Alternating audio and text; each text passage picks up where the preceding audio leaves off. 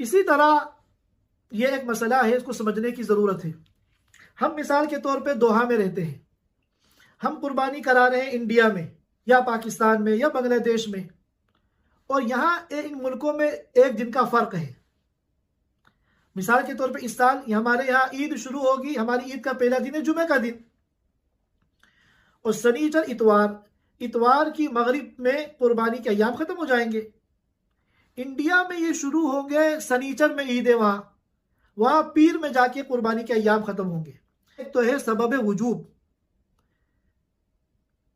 कि कुर्बानी के अय्याम में जब सारी शर्तें पाई जाती हैं तो कुर्बानी वाजिब होती है।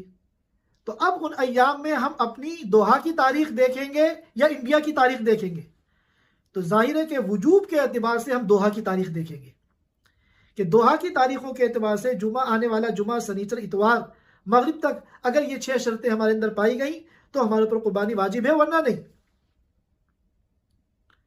लेकिन कुर्बानी का जानवर जो ज़िबा किया जाता है, कुर्बानी का जो अमल है, ये चूंकि इंडिया में हो रहा है, लिहाजा वहां की तारीख का एतबार होगा। लिहाजा अगर वहां पीर के दिन भी हमारी कुर्बानी होगी, हालांकि यहाँ दोहा के एतबार से तो पीर के दिन कुर्बानी का अय्याम खत्म हो चुके हैं, लेकिन पीर के दिन भी वहां कुर्बानी अगर हमारी होगी तो सही हो जाएगी।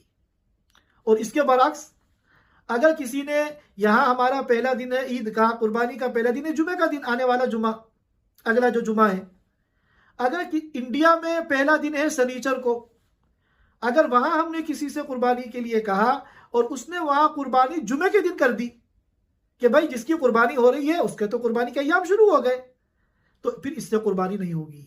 क्योंकि कुर्बानी करने के लिए जिस मुल्क में, जिस शहर में कुर्बानी हो रही है, वहां की तारीखों का एतबार होगा।